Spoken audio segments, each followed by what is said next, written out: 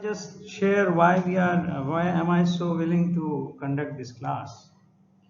Now, frequently I have seen that although we all have our share of knowledge and skill and experience as we see more and more patients, but frequently I find that this skill is lacking in some of my residents, and this can be refined and polished further so that you have better outcome in your clinical practice and your patients are more happy with you. So I have been polished by my teachers, my seniors, and time again with experience added, I have had some impressions about how to do patient counseling so that they benefit from you and you benefit from them. So this talk is about this learning process. So if you share or if you go by my experience, then probably you will have some edge, because then you will not have to learn that process again by your experience. So you can use my experience. So we'll start with this talk on patient counseling, the way I do it.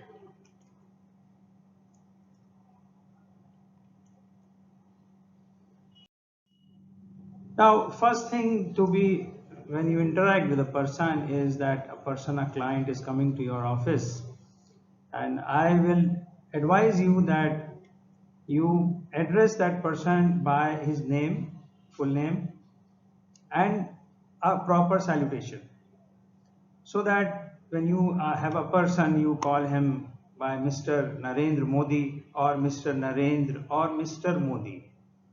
Now, why is this important? Because first of all, you can have a situation where a person who is in rush or who is not just aware of the queue system may come and sit on the stool, and you presume that this is the same person. So the calling the person by name will not cause such a confusion, and you can identify the correct person and the person will acknowledge. And when you add proper salutation to the person, you give respect. And when you give respect, you have respect.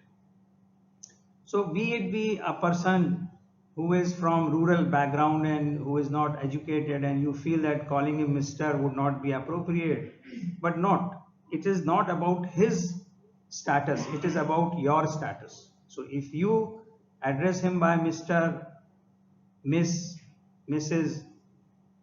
Devi, so in Indian perspective, it can be Mrs. Sharma or Kunti Devi. So have a proper salutation that will add respect, and it will go well with creating rapport between you and the patients. And it confirms your professional attitude. So this is important. This is frequently ignored, but it is important. So first thing that you can remember out of this talk is the next time whenever you see a patient, you call him by name and proper salutation attached.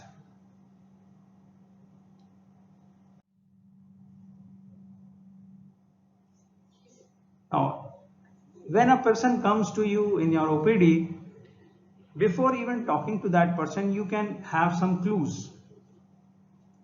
So observe, observe, and observe. So the clues can come out of the gait. A person who is bilaterally blind will definitely have a gait which is very cautious, very small steps, and with some hand or stick protruding out of in front of himself, so that you can detect obstacles in path. And you can definitely, just by looking, can make out whether this person is really blind or is he malingering. That can be an observation just out of his gait, the way he's walking. Physical appearance. So a person who is, there's a photograph here which defines the stature, the standing position of a normal person and an ankylosing spondylitis person. So such a person will stoop forward, have a bent down neck, he will not stand erect, and just by the look of the posture you can tell that this person has got spine problem. And if the person sits down and you find the red eye and patient complaining of photophobia, you know this is anterior uveitis secondary to ankylosing spondylitis. So you are pretty confident. It can be a situation like this. the face has a situation. Now left side of the face we can see that there is a proptosis with the deviation or displacement of the globe down and out, and we can see erosion here. And now this tells me that there is a orbital lesion.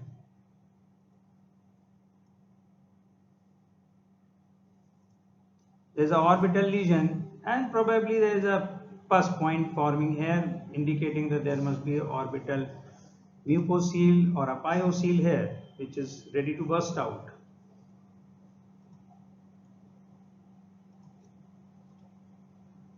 A person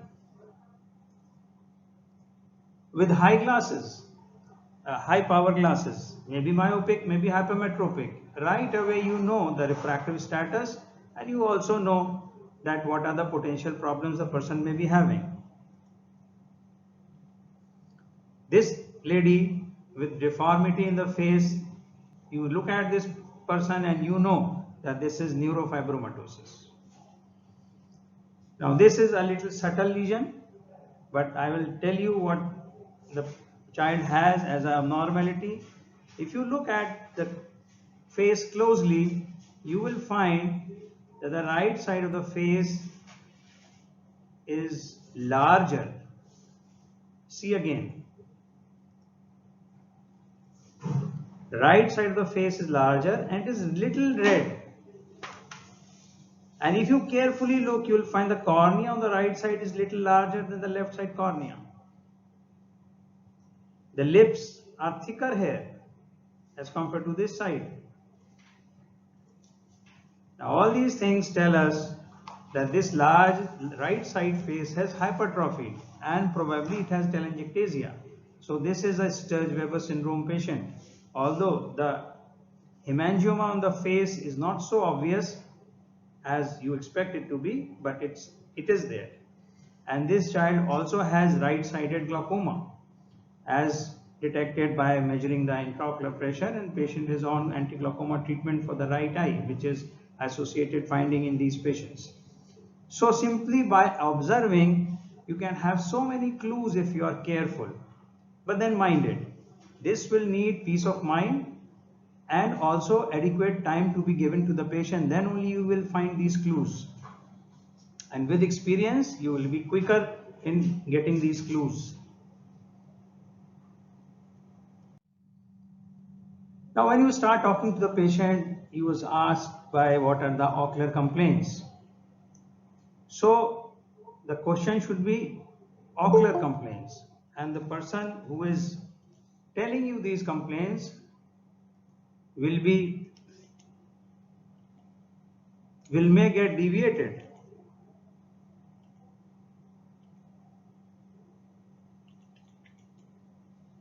And then you will have to stop him, revert back to the topic which you are talking about, and then continue the discussion. So you have to listen carefully, but also learn to weed out unnecessary details and interrupt when the patient deviates from relevant issues. So this is an art where you learn to just grasp the important clues, ignore the myths, and also keep the patient on track when he is talking. One frequent issue in this perspective when you are seeing patient in the OPD is lack of old records. Now remember, this is not a unique problem for our institute, because I had once, few months back, there was a survey by All India Institute RP Center which was about lack of old records coming up with the patients, and that survey highlighted this fact by way of questioning.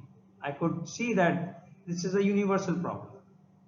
Patients are frequently reluctant to show old prescriptions. They bring it, but they keep it in the bag till you ask for them, because maybe they perceive them as irrelevant.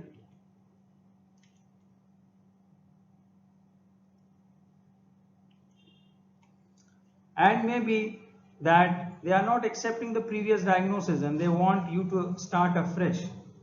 And few patients who are very chronic may actually enjoy the agony of the doctor when he is examining and banging his head with the diagnosis. So they are sort of challenging the knowledge and skill of the doctor for their personal pleasure. And there may be situations where the records may be missing, so they may be lost, they may be misplaced, they will be deliberately discarded because patient thinks that's an old disease. But you will have to reiterate to the patient that no, I need these records to make proper diagnosis. So if you have them available, show me. If you have them at home, then provide me a photo.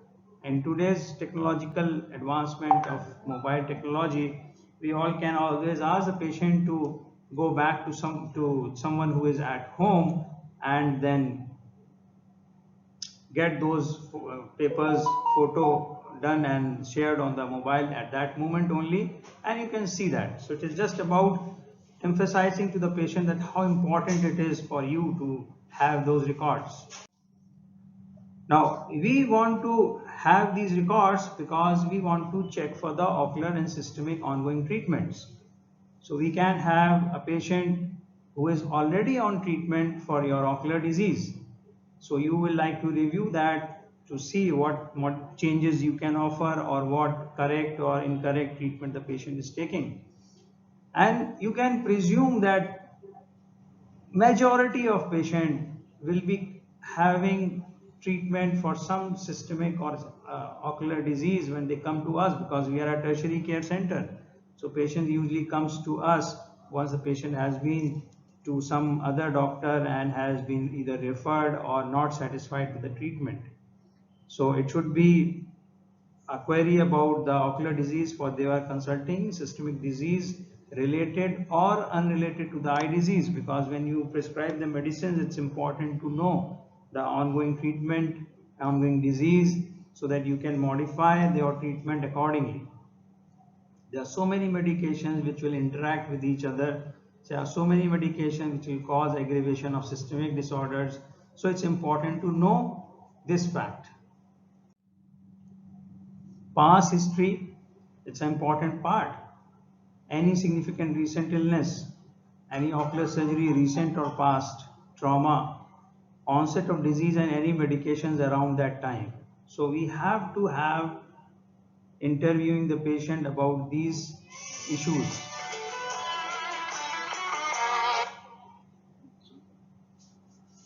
But so we may be learning this with time, that these are important issues after we have made some mistakes. But if you learn it now, you will be able to overcome those issues and not make such a mistake of prescribing any other medication which is not good for that disease. Now you do the examination and you have some impression with this. I will not go into this detail. So once you have your examination done and you have an impression about the diagnosis, then you have another phase of talking. So this I will consider a patient counseling part 2. Now this is the initial part was you were asking question and patient was telling you the details. Now you will offer a diagnosis and patient will have query. So the conversation will continue, and this is again important to solve the queries of the patient so that he is satisfied with your judgment. So first of all, you will have some additional questions to ask once you have some impression after you have done history taking and examination. For example, you find a patient with bilateral simultaneous acute loss of vision, and you see the pupillary reactions, pupils are dilated, fixed, there is very poor vision, fundus is pale, disc is edematous. Then you know that this must be methyl alcohol poisoning. So you will go ahead now and ask the patient specifically whether you have had alcohol during your last 2 or 3 days, or the chronology between the onset of symptoms and intake of alcohol, the source of alcohol, any other person who took the alcohol from the same bottle and has had symptoms, any other person who was in the party, any other person who is suffering in the vicinity with the same symptoms. And these are queries which will come to you once you have made an impression about the patient's disease, about the duration. Now, when you see a Eales disease patient and you have findings of fundus, you are bound to ask him that for how long you are having the symptoms of floaters, because maybe the bleed which has occurred today, maybe that he had small bleeds in past, and that must be have been the patient must be experiencing floaters. So if you ask again, he'll confirm, and then you know that yes, this is a chronic disease and he was having symptoms for quite some time. Recurrent episodes are so very important in uveitis, because uveitis is bound to be a recurrent disease. Some corneal disorders like nummular keratitis, disciform keratitis, they are recurrent. They cease with treatment and they recur. Any addictions, medications, consultations. Now this is something you have to seek again, because you find there's a disease like, for example, a person having bullseye maculopathy. So after judging everything, you decide that this is bullseye maculopathy, and then you have to have question about whether the patient is taking chloroquine for some time. So these questions will come out when you have had an impression about the diagnosis, and this is very important. This will support your diagnosis, and this will also be a plan of remedial action. Now, something about psychology. Now, we should understand the patient's psychology very well if you want to counsel the person well. We are basically a guiding force for the patient at that moment. So we are supposedly friend, philosopher and guide for the patient when he is under our care. So we have to understand what happens in the mind of a patient when he undergoes uh, a checkup for his disease, and you reveal to him a diagnosis which he may be anticipating or may not be anticipating, but that confirmation by you has a value. It is a statement which makes him believe that yes, I have this disease and now I have a disability for which I'll needs further treatment. So there's a Kubler-Ross model. Some of you must be aware of this. Now, this is a scientist, a psychologist, who has proposed that when a person undergoes a traumatic event, the mindset of the person undergoes these various phases. So here I have a picture where a person is seeking out from the window of a train, and there's a broken bridge. The initial bogies of the train are falling down. So it's something like a patient seeing himself like this, that I have a track on which I am moving ahead with the disease, and this may be the outcome. It may be his apprehension, or it may be the truth. But this is something which can be going on in the patient's mind. Now I have this QR code. Anybody who is interested in reading this Kubler-Ross model can capture this using camera, and this will lead to the Wikipedia page for the same. Now let's discuss what is this Kubler-Ross model and how does it relate to our patients. Now Kubler-Ross model is defined as 5 phases of emotional up and down going through the person's mind when he encounters unpleasant experience, and basically this was proposed in relation to the loss of life of a close person, but then it has been extended to so many situations, and I can give you so many examples, and you will also realize that you also have had experiences like this in your lifetime. So first reaction is denial. If you tell, because I am frequently involved in treating retinoblastoma, so I have a very good experience about these patients.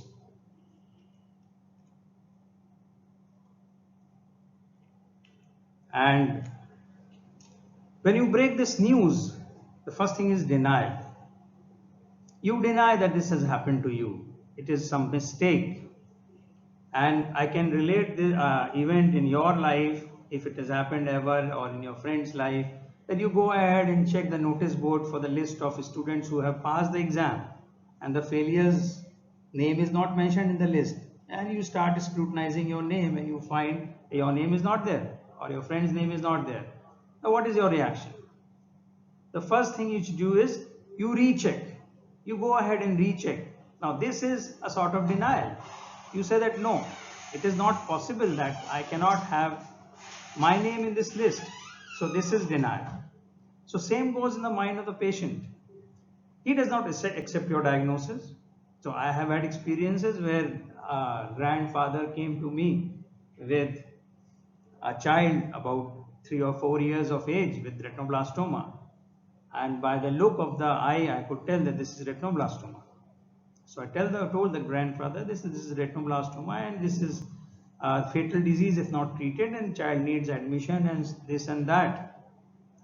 So the grandfather said that I am not prepared today and I'll go back and decide and come back. So all I could emphasize was that we need to have earliest possible treatment of the situation.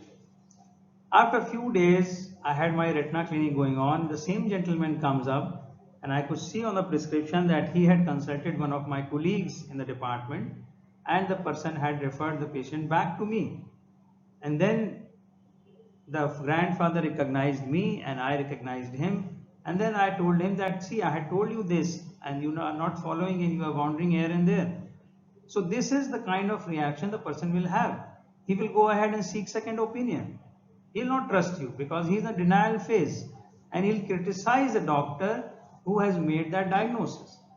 And if by mistake a person or a doctor or an advisor who is in alignment with the patient's thought process, the person will wholeheartedly agree with him and will be misguided.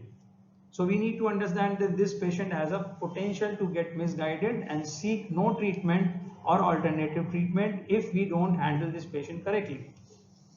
Now, second phase is resentment. So this we are talking in terms of Kubler-Ross model of psychology going on when you undergo some mental trauma. Resentment means anger. So person wants to find out what happened, who is to be blamed, what event caused this. So you can have a situation that a child with a history of trauma comes to you and you find that there is actually retinoblastoma in the eye. Now we all know by knowledge that retinoblastoma cannot be precipitated by trauma. But then this is how the person thinks. He thinks that there is a reason, there's a person, there's an event which might have caused this. So this is like anger. And the person may be blaming someone. So frequently there are patients coming to our retina clinic with complications of cataract and they are very annoyed and very angry with the person who had been treating and caused the complication during the cataract treatment, and they seek resentment, sort of they want to have a statement against the doctor which so that they can carry or escalate complaints against the doctor. And we all know by experience and the literature had adequate evidence that complications are bound to happen and there's a definite percentage. So no one can claim that I don't have any complications. It is just that you have to have proper care taken of them if you want good outcome. Third phase is depression. A person who has had this undesirable event will have a depression like, why me? Why God has given me this punishment? What have I done? And this depression may also escalate to a point that the person has to seek psychological or psychiatrist advice, because then this depression may cause problems in other walks of life and may actually be a full-blown depression which will need medication. So a person who loses an eye because of trauma, because of endophthalmitis, because of glaucoma, will definitely have some sort of depression. So I will just reiterate that this is actually normal process when you undergo a mental trauma. So this is not, I would say that every person who undergoes this situation will be a psychiatric patient. This is something which will happen to us also for a normal person. It is just that there are phases and person sail through these phases and ultimately go into the acceptance phase. This is the final phase where the situation has been resolved and now the person is seeking treatment and prepares for the upcoming challenges. So this is all which goes into the mind of the patient when you talk to him about his disease, and the person may be in different phases when he comes to you. And the acceptance phase, the patient will actively participate in discussion, talk about the problem and seek answers and solutions for these, and this is the person who is ready to embrace whatever treatment you are offering them. So this is important to learn. So if you can read the mind of the patient like a book, you will be very easily able to help him out with whatever help you have. So if a person now understanding that these are the phases the patients will go through, so how do we take this person for our examination? So if you realize that there's a person who is in a denial phase, what can you do to help him understand the disease and accept the treatment offered by taking remedial action for that particular phase? So a person who comes to in a denial phase and you are able to diagnose that apart from the disease, the patient psychology is right now in the denial phase because the person has left one doctor and seeking opinion of another one without initiating the treatment. So take time to examine. Pretend it even if the diagnosis is obvious. Now it may sound little tricky or funny to you that I have a diagnosis in hand, but still I am making it obvious to the patient that I am still examining you thoroughly. Now this kind of reassures a person that he has been seen thoroughly and it is not a casual diagnosis. So casual diagnosis will reiterate his belief that this is not a correct diagnosis. But if you spend time, take some investigations done, spend some time talking to the patient will be convinced that you have reached to a diagnosis which is after thorough evaluation. And don't make it a breaking news. So don't derive sadistic pleasure out of telling a bad news to a person. Have some empathy, right? So that will again make a person in a denial phase avert from you if you are proud of diagnosing and then announcing that diagnosis with a proud in front of the patient. No, it's not the correct way. You may be having a correct diagnosis in the hand which is difficult for others to make, but yes, it is the life of the person who is being changed by your diagnosis. Put up your diagnosis as a possible diagnosis, so give him some scope of thinking, some relief, and offer investigations to confirm it. With time, the diagnosis will sink in and patient will benefit out of that time which the patient is spent.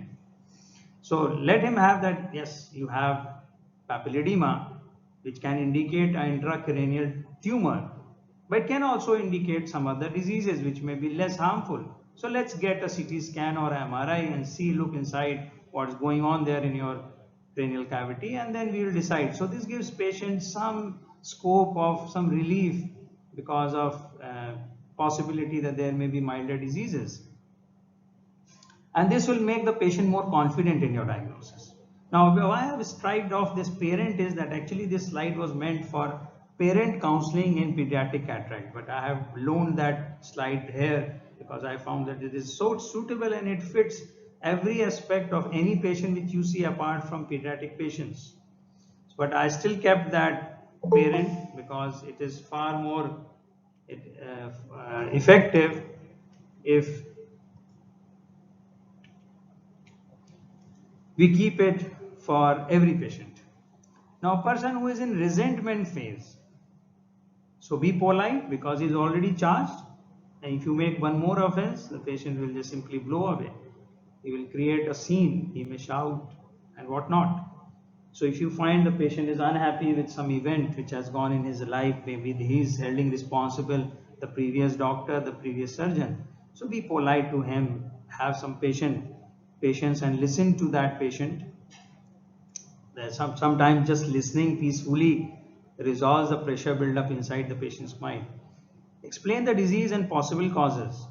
So you can emphasize to the patient that this is not responsibility, this is not because of some person's fault. It is something like a disease which can happen to anyone because of various reasons, and maybe that nobody is responsible for it. So, and the Updesh or Sar of Gita is very helpful here, which says that you do your karma and the result is something which is not under your control. So things like these can pacify this patient and bring him out of that resentment phase.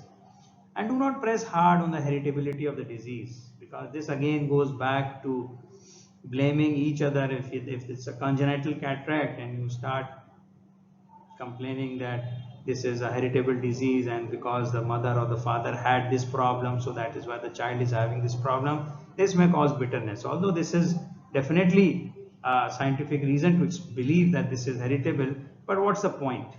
It was only going to cause bitterness. Yes, it will help in counseling for further issues, but yes, this should not be pressed upon too hard. A person who comes to you with a diagnosis or in the disease process and is in depression phase, now this person will be sad. You can tell by the posture of the person, dropped shoulders, looking down and not willing to talk about the disease. Take help of the guardians or the attendants, the patient, people attending the person. Emphasize that this is something like a disease where you have options to treatment. If it's a very poor prognosis disease, then you have less consolation, but still encourage the patient to ask questions. So if they solve their queries, they will have more confidence and maybe they will seek outcomes if you have good answers to them. Talk about what the surgery can offer. If there's a surgical outcome, maybe good prognosis, poor prognosis, but then talking about it as an outcome will always lift the spirits. Now, parents who come to me with retinoblastoma, I frequently encourage them to get admitted in the oncology ward. So there's a pediatric oncology ward in our university where you have children suffering with various types of systemic cancer and eye cancer are admitted. So once the patient is admitted in the ward, they interact with the fellow patients. And I frequently found that once they realize that different patients of retinoblastoma in different phases, when they interact, the benefit goes to the person who has been recently diagnosed. So there may be a child who has been enucleated and is free of disease and came up for follow-up. When the parent see that child and they have their own child recently diagnosed with retinoblastoma, will definitely have a hope that yes, there's a life even without the eye, even after the treatment of retinoblastoma with chemotherapy. So they know that this is outcome, this is not imagination. They can see the evidence in front of them. So this is frequently very encouraging. So there can be forums now, online forums are available, and the patient is educated enough, you can offer the person to join some forum where you can have patients in various levels of disease and full spectrum of disease process can be witnessed there by the patient in form of different patients, and patient can have that ray of hope coming to him which can lift him out of that depression. And there are so many websites available for chronic diseases where the people can share experiences and learn resources which are available for the treatment. So I think this is very important to understand that patients coming to you with various phases of psychological process undergoing this trauma due to disease, if you understand them well, you will be able to handle them well. Now, this is a person after who has gone these phases, and these phases will vary with different person. Who somebody who is stuck in a phase will definitely have benefit with your talk, and ultimately the patient has to go into a acceptance phase. Acceptance phase is where patient accepts the disease and seeks out options for treatment or learns to live with that disease. So this should be our endeavor to let the patient be reaching this point so that he can live with the disease or he can embrace the treatment options. Now this is a slide which again I have borrowed from that presentation from pediatric cataract counseling for patient parents. So this will have so many points which are so focused on pediatric cataract, but I think it is very relevant here that these are all applicable to numerous diseases. So the reasons for concern, parents or patient's point of view. A patient may have a concern that will I go blind with the eye disease? So you have answers for that.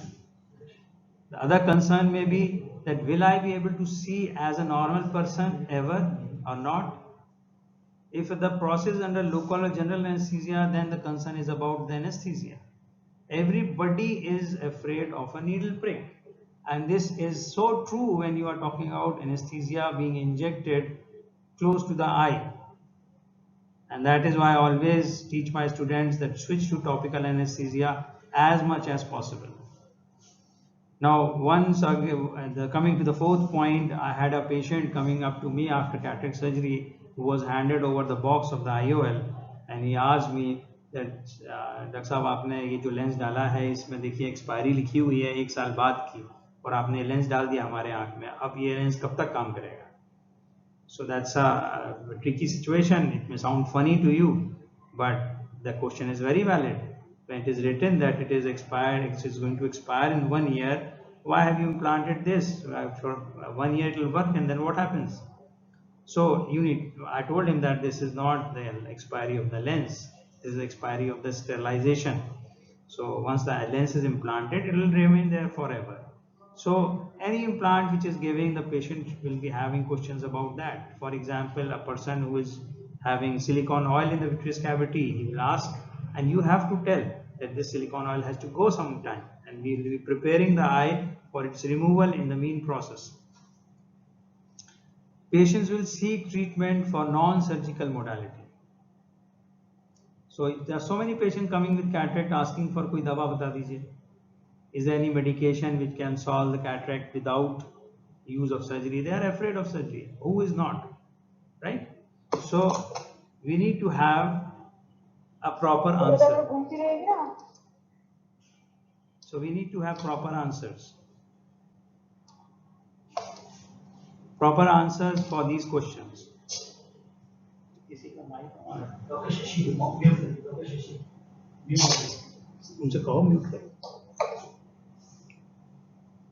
Now, other question is, when a person is in the acceptance phase and is seeking treatment from you, he is ready to seek the options. So, timing of the surgery, these are natural questions. When should I get operated? Can I get it operated after a month when my son's wedding is over? Can I get it operated after Holi? Can I get it operated when I am free? So, all these things come to the mind, and you have to have answers for them, and this should be evidence based. So, you should always be prepared. Like for cataract, what I tell is that if you have vision less than 50%, which is something like less than 618 on a Snellen's chart, you need cataract surgery. And if it is vision which is less than 660, then you need urgent cataract surgery. And if it is better than 618, then it is the elective surgery, in the sense that patient can decide if he is having inconvenience, then he can undergo cataract surgery. If he is not having any inconveniencing, able to manage his daily activities, he may defer it till it progresses further. So similarly, answer should be there available for the patient for rest of the situations also. Now, making a final statement. Now, this is a very practical issue. You explain to the patient the disease, the treatment options, and let the patient go. And after 5 minutes, you have 2 more people coming up asking the same question. So learn that when you have to make a final statement about the disease and the treatment options, ask for accompanying person. Ask them who is with you or kaun aaya saath mein. They tell you that there is my husband, or there is my brother, there is my chacha. Ask them to fetch them. So when whole of the crowd is there, then you make a statement so that you can give a very clear and non-confusing single statement to all of them, and all of them have the opportunity to ask you their queries. So it saves your time and it excludes the possibility of confusion. Because once you have said a statement and then after 5 minutes someone else comes and you make slight difference in the statement made, patient will not have faith that you were correct. So avoid that situation. Final diagnosis in plain simple language using familiar terms.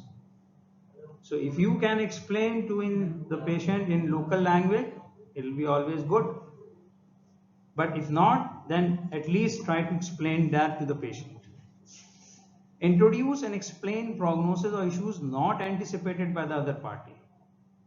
So there are occasions when a person who thinks that he has cataract, instead he has glaucoma. So now you will have to explain to the person that you have one more disease which has a different disease, it has a different clinical course, it has different treatment strategy, it has different investigative modalities. So patient who is not prepared for all these things, you will have to introduce that issue to the patient and then counsel him accordingly. Give time for their queries. Let it settle down.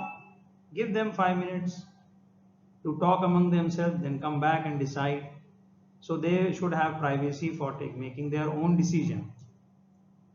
Estimate the level of understanding they have, because then you will have to start from their level so that they understand when you're talking to something.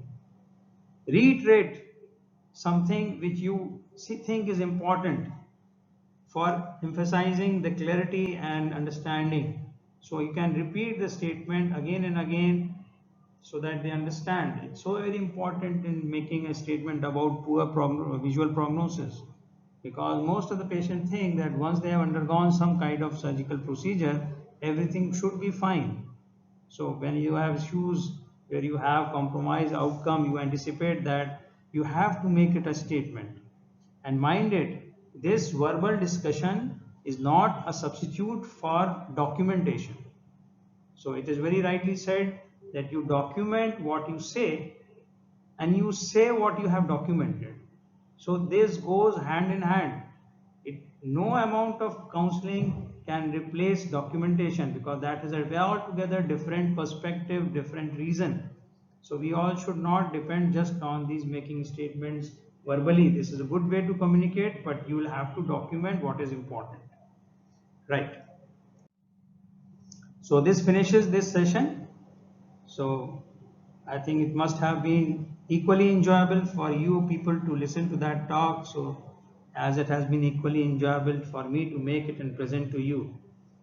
Now, if there are any questions, you can have that, and I'll wait for 5 minutes.